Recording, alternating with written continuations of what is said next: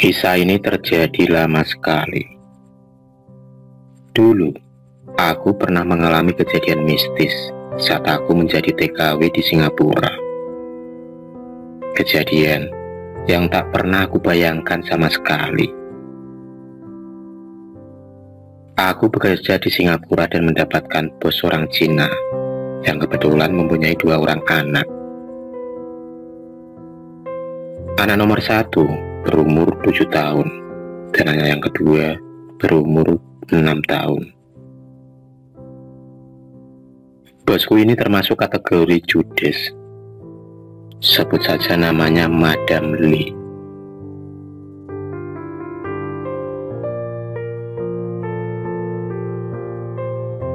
Tommy, anak yang nomor 2 yang berumur 6 tahun, mempunyai kebiasaan yang aneh. Dia suka bangun tengah malam dan berjalan-jalan di ruang tamu, lalu duduk di sofa. Setiap mamanya menanyakan kenapa selalu terbangun di waktu tengah malam, Tommy selalu bilang kalau dia melihat orang di ruang tamu. Mamanya pun penasaran. Dia pun berpikir kalau aku telah mengirim guna-guna kepada anaknya. Madam Lee tahu soal perdukunan karena pembantunya yang dulu ketahuan mau kirim foto majikanku yang perempuan, dan di balik foto itu dia menuliskan kata-kata kuwi wongi sing gelak sing nyekel boneka. Aku pun punya pikiran kalau pembantu lama ingin mendukunkan Madam Lee agar dia bersikap baik dan tidak terlalu cerewet. Tapi apesnya, Madam Lee mengetahui dan langsung dipecat hari itu juga. Dia pun ketahuan membawa jimat. Suatu hari, siang itu, aku menyuruh Tommy untuk duduk di ruang tamu mengerjakan PR dari sekolah. Dan aku sendiri bersih-bersih kamar mamanya. Tiba-tiba, aku dikagetkan teriakan Tommy. Dia memanggilku seperti orang yang ketakutan. Aku pun segera berlari dengan cepat menemui Tommy.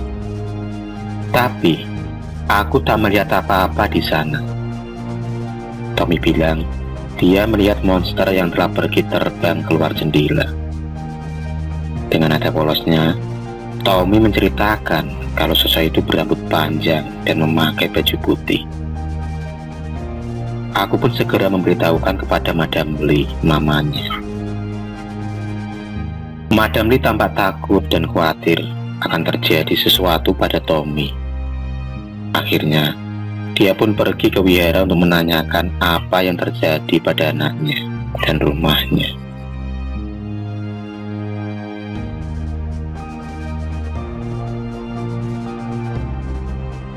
Kata biksu yang ada di wihara, ternyata Tommy mempunyai indera ke-6, turunan dari kakeknya. Untuk itu, pihak wihara menyarankan agar Madam Lee memagari rumahnya dan meletakkan patung Dewi Kuan Yin di dalam rumah untuk sembahyang.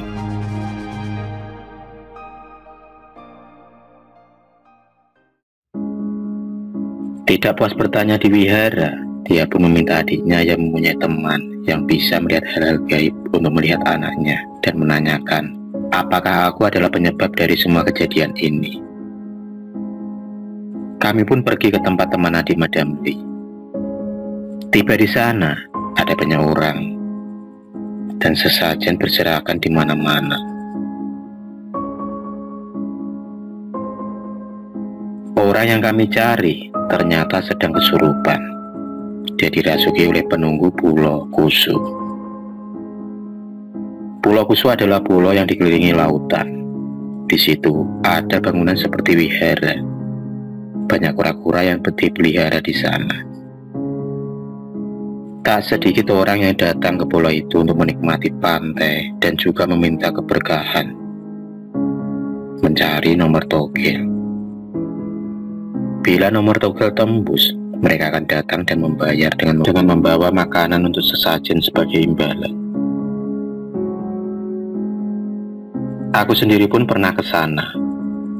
Di sana ada makam sesepuh pulau yang dikeramatkan. Tak hanya itu, di Pulau Husu juga banyak kura-kura yang sengaja dipelihara. Singkat cerita, aku yang ikut serta Madam Lee dan keluarganya datang ke pulau itu. Semua perempuan diharuskan memakai sarung Melayu pada saat datang ke acara itu. Aku sendiri berdiri di belakang mereka yang sedang berbicara pada sesepuh. Tiba-tiba orang itu memandang ke arahku dan bertanya kepadaku, kenapa aku tak memakai sarung tadi, malah memakai celana. Aku pun menjawab, kalau sarung yang telah disediakan pihak wihara telah habis. Lalu biksu itu memanggilku dan menyuruhku untuk duduk di depannya. Aku menurut saja, dipegang tanganku, lalu diramal nasibku, masa depan dan masa lalu. Setelah Madam Lee menanyakan unek-uneknya, dan jawabannya pun sama, yaitu Tommy anaknya memang punya indera keenam dan tidak ada sangkut pautnya denganku. Madam Lee pun lega dan akhirnya kami pun pulang.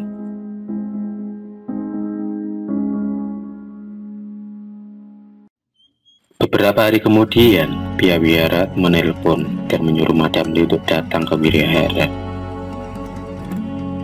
Di sana dia diberi dupa, tapi bentuknya seperti arang. Kalau dibakar mengeluarkan bau harum dan keluar asap yang harus dilakukan setiap pagi dan malam hari. Pihak wihara pun bertanya kepada Madam Lee, apakah mata batin Tommy mau ditutup atau tidak. Kalau tidak ditutup, pihak wihara mau menerima anaknya untuk belajar mendalami ilmu kebatinan. Diharapkan kelak Tommy bisa menolong orang dengan ilmu itu. Dan Madam Lee bilang kalau mata batin anaknya minta untuk ditutup saja.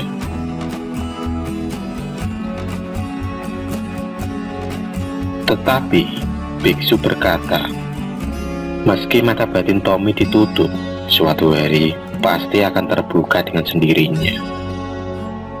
Hari pun berlalu.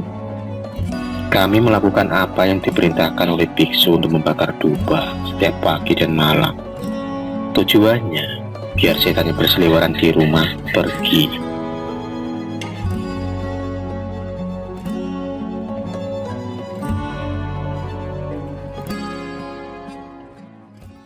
Pada suatu hari, Madam Lee bersama keluarga pergi piknik ke Thailand, dan aku sendiri tidur di rumah temannya. Tapi aku harus pulang setiap pagi dan malam hari untuk membakar dupa dan mengasapi seluruh ruangan dengan asap dari dupa itu. Hari Kamis, malam Jumat. Jam 8 malam, aku pulang ke rumah. Kunyalakan lampu ruang tamu. Semua jendela tidak aku buka. Lampu pun menyala, tapi nyalanya remang-remang. Mati, hidup, mati, hidup. Aku pun masih berpikir positif kalau lampunya telah konslet. Aku pun pergi ke dapur mengambil dupa dan segera membakarnya. Kemudian aku mulai mengasapi semua ruangan. Saat aku mau menuju ke kamarku dan setibanya di depan pintu, tiba-tiba terdengar suara keras. Ternyata pintu menutup dengan sendirinya.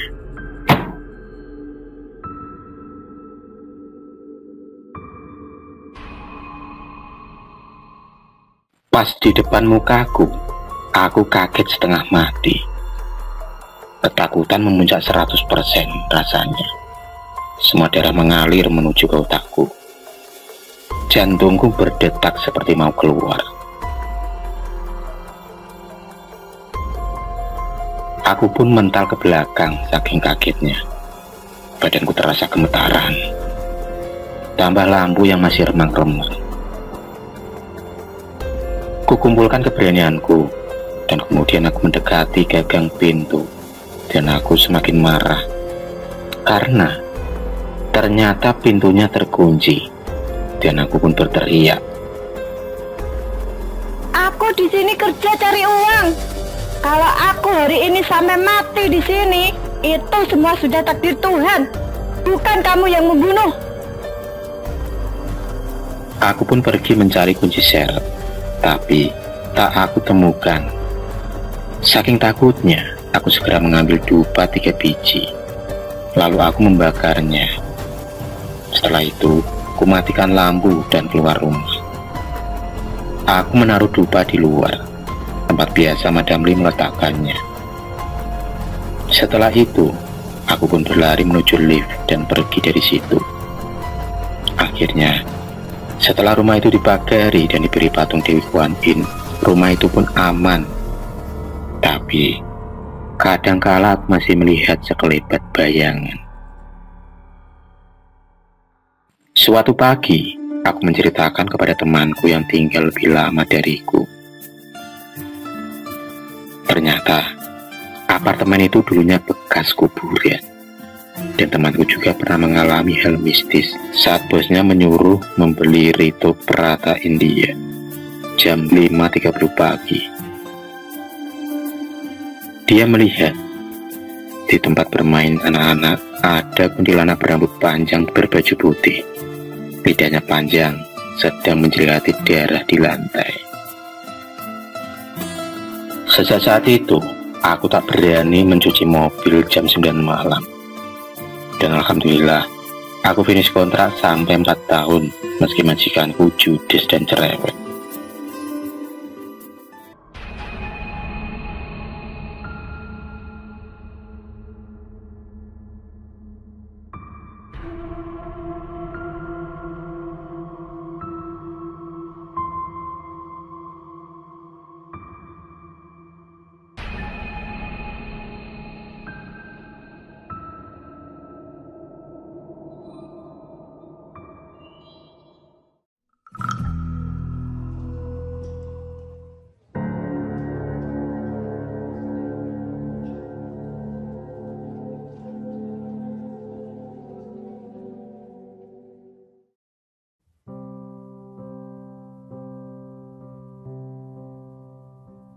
Siska Novitasari, gadis berusia 18 tahun.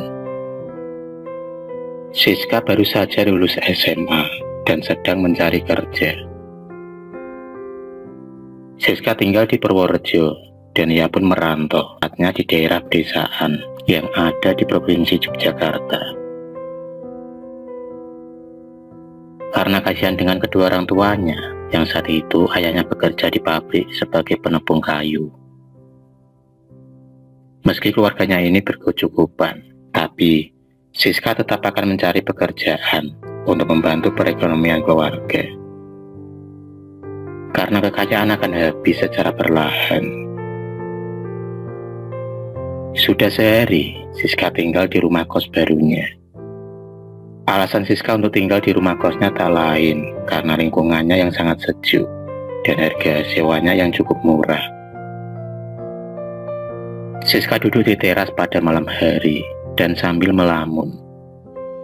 Tiba-tiba 3 orang pria gondrong dengan penampilan yang agak seram berjalan masuk ke rumah kos Siska. Siska berharap mereka bukan orang jahat. Siska menghela nafas lega karena 3 orang gondrong tadi tak ada niat jahat kepadanya. Lamunannya pun melayang dan membayangkan bagaimana rasanya makan di restoran.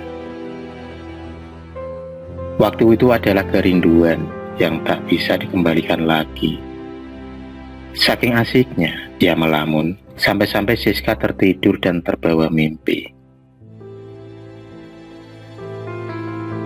Dia pun terbangun saat adzan subuh berkumandang. Siska langsung masuk kamar, sholat dan mandi. Lalu sarapan seadanya. Siska keluar dengan pakaian seksi ala orang-orang jogging. Siska keluar dari rumah kosnya. Dia pun mau berkeliling desa. Baru keluar beberapa langkah, terlihat dari kos-kosan sebelah, ada 3 orang gondrong keluar.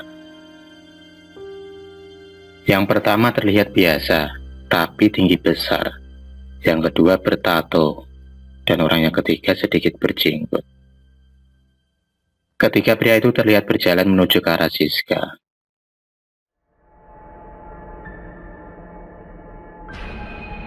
Dengan perasaan yang tak karuan, Siska langsung lari menjauh. Siska berhenti di sebuah warung kopi. Dia pun memesan segelas kopi untuk menenangkan diri.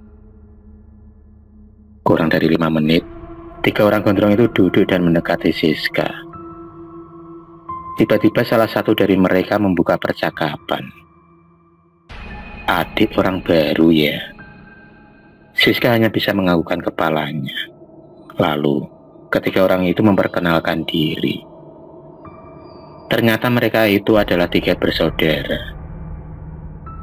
Mereka adalah seorang pemilik restoran di ujung kota Jogja. Selain pemilik restoran, mereka adalah pelukis profesional. Saking profesionalnya, mereka bisa melukis dengan mata tertutup karena mereka memiliki indera keenam. Nama dari ketiga orang tersebut adalah Hendra, Dodi, dan Agus.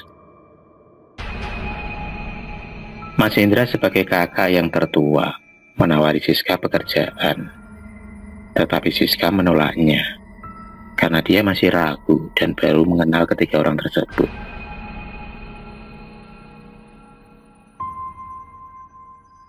Percakapan mereka cukup lama dan mereka membicarakan diri mereka masing-masing.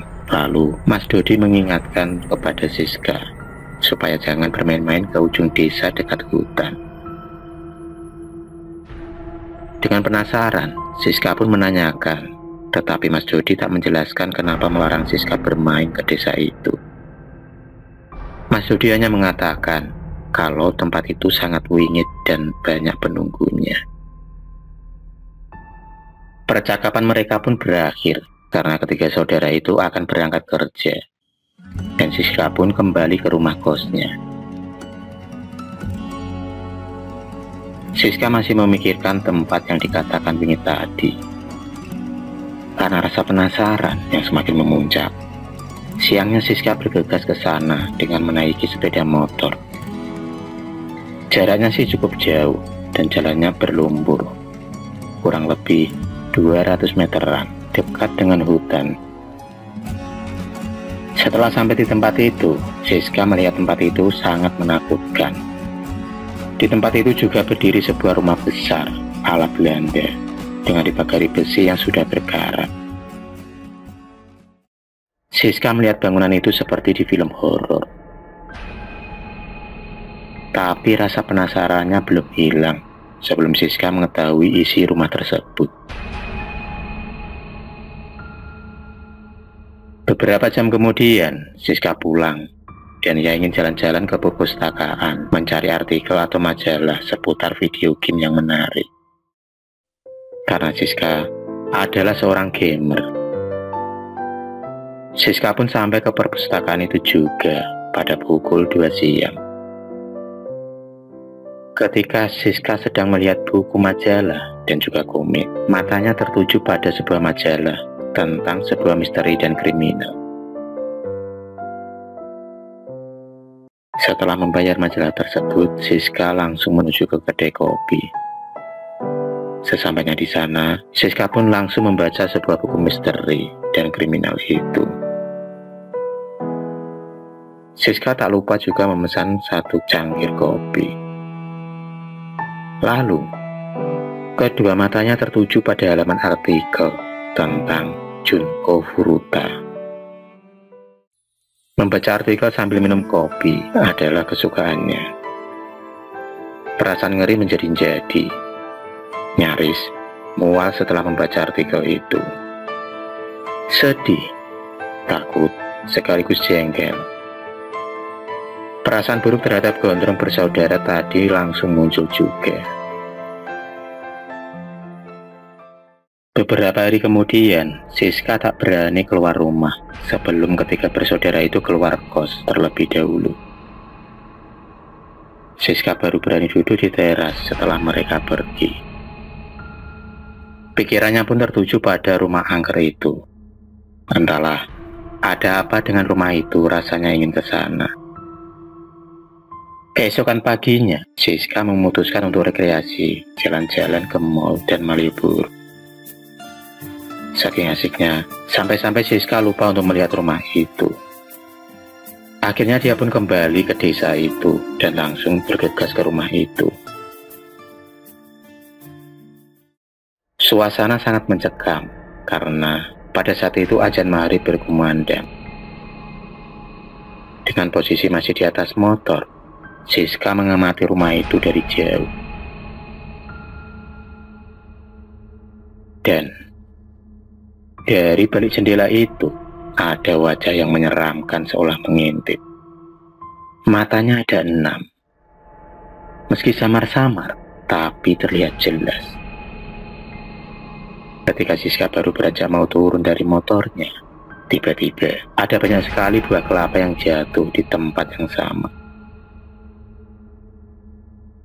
Terdengar suara itu sangat jelas. Tapi anehnya Siska tak melihat ada pohon kelapa satupun. Puluhan buah kelapa itu jatuh sampai bertumbukan. Siska pun mengamati buah kelapa itu. Dan ada yang aneh. Ada 3 lubang di setiap kelapa. Kemudian Siska memberanikan diri untuk mendekati dan mengamati buah-buah kelapa itu. Buah kelapa itu seolah-olah ada lubangnya dan membentuk wajah, dan ternyata itu adalah gundul beringis. Dengan cepat, Siska pun naik sepeda motornya. Segera ia tancap gas dari tempat itu. Ia pun menjauh dan terlihat dari kaca spion makhluk itu mengejarnya. Tiba-tiba dia dihadang oleh sosok tinggi besar bermata 6. Sosok itu tingginya sekitar 3 meter. Giginya bertaring seperti piranha. Dengan keberanian Siska, ia pun menerobos lewat samping kirinya. Terdengar suara tawa keras yang seolah-olah mengikutinya.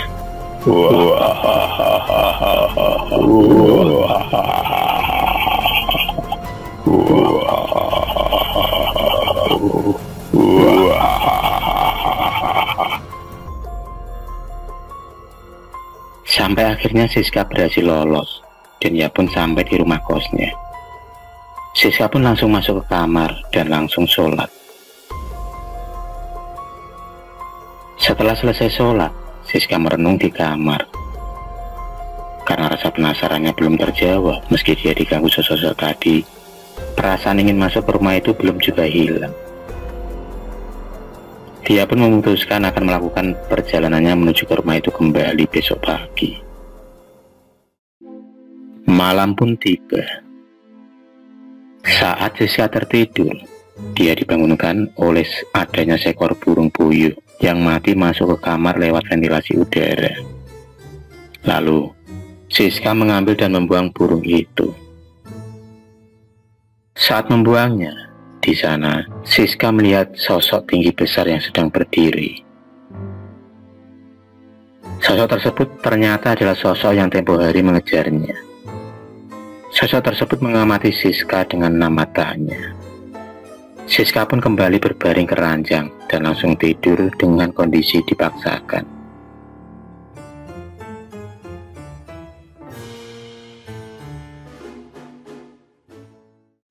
Pagi hari pun tiba. Siska terbangun, dan sialnya dia bangun jam 3 sore.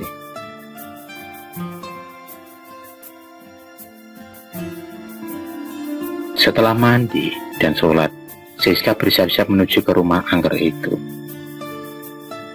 Siska pun sampai di sana pukul 3:30 sore. Saat dia mencoba memanjat gerbang, ternyata gerbangnya tidak dikunci. Lalu, dia pun mendorongnya pelan. Kemudian, Siska menuju pintu utama rumah itu. Ternyata pintu rumah utama itu juga tidak terkunci. Siska pun kemudian melangkah masuk ke dalam rumah. Suasana panas dan pengap mulai terasa. Terlihat banyak barang-barang antik. Siska kemudian melangkah mengelilingi setiap ruangan demi ruangan. Tak lupa, dia pun memotret dengan HP-nya untuk mengabadikan isi rumah itu. Perasaannya kini mulai tak tenang ketika dia menemukan 3 kerangka mayat manusia di ruangan yang berbeda.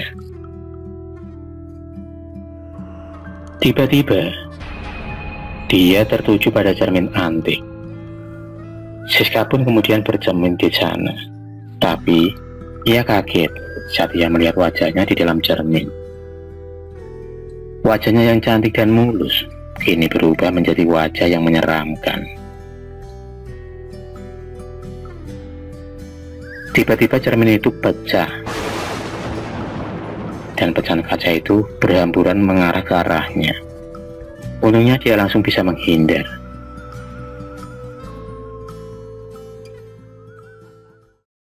Saat akan beranjak ke ruangan lain, dengan jelas ada sosok berseliweran. Jelas sekali kalau sosok itu adalah sosok kuntilanak. Siska terus saja berjalan sampai kakinya menuju pada ruangan mengerikan. Di sana terlihat tempat perdukunan.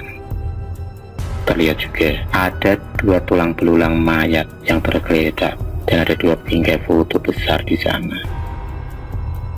Itu adalah foto pemilik rumah, sepasang suami istri.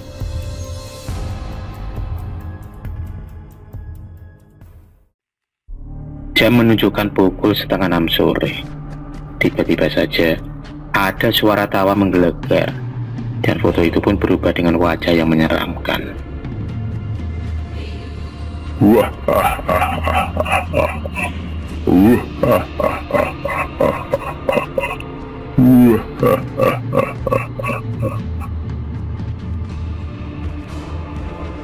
Siska pun kemudian memutuskan pergi dari rumah angker itu. Dia pun berlari melewati lorong menuju ruang utama.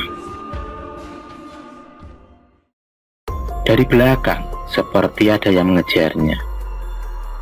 Tapi sialnya motor Siska juga tak ada di luar rumah. Tiba-tiba dia dikagetkan oleh seorang yang menggandeng tangan dan mengajaknya lari masuk ke dalam mobil. Orang itu ternyata adalah Mas Hendra dan Mas Dodi.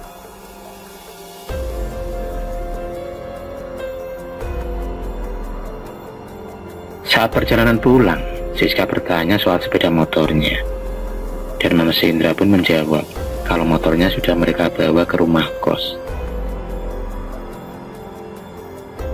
Setelah sampai di rumah, Mas Dodi pun menjelaskan kalau dia ternyata punya indera keenam. Jadi mereka tahu kalau Siska pergi ke rumah angker itu.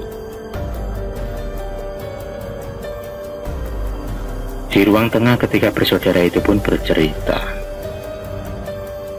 Dulu, pada tahun 1974, ada sebuah keluarga miskin. Karena mereka terhimpit oleh hutang piutang, keluarga itu pun melakukan pesugihan. Pesugihan itu dilakukan oleh sepasang suami istri yang melakukan perjanjian dengan sosok jin paling kuat. Mereka harus melakukan tumbal setiap 1 tahun sekali. Tumbal pertama adalah anak seorang petani miskin. Yang kedua, ada seorang wanita hamil. Hingga seorang anak kecil juga. Setelah melakukan tumbal, mereka menjadi orang kaya. Mereka menjadi sangat sombong sampai akhir tahun 80-an. Pada saat mereka akan melakukan ritual, entah kenapa, mereka tertidur pulas. Hingga akhirnya, satu persatu keluarga itu pun mati dengan kondisi yang sangat mengerikan. Hingga sekarang ini, rumah itu akhirnya kosong. Menurut cerita masyarakat yang beredar, mereka terlelap karena permainan jin yang dijanjikan. Karena sebenarnya jin itu ingin juga mereka jadi tumbal. Mas Dodi juga mengatakan kalau Siska juga menjadi incaran sosok itu. Dan dia pun bertanya kepada Siska, apakah tadi sempat mengambil gambar di rumah angker itu. Siska pun mengiyakannya. Tolong hapus, Dik. File foto itu mengandung kutukan.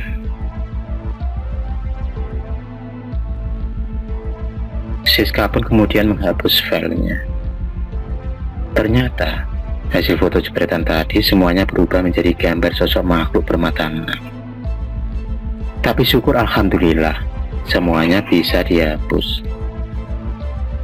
Setelah 3 bulan berlalu, Siska memutuskan bekerja dengan 3 bersaudara itu.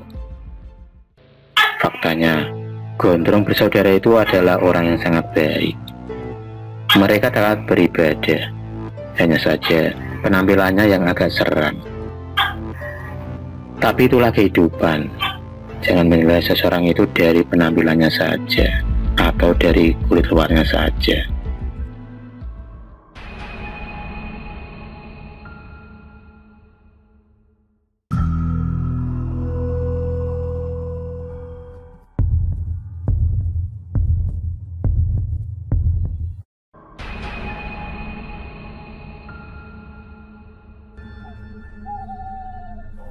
Terima kasih sudah menonton video cerita bergambar ini.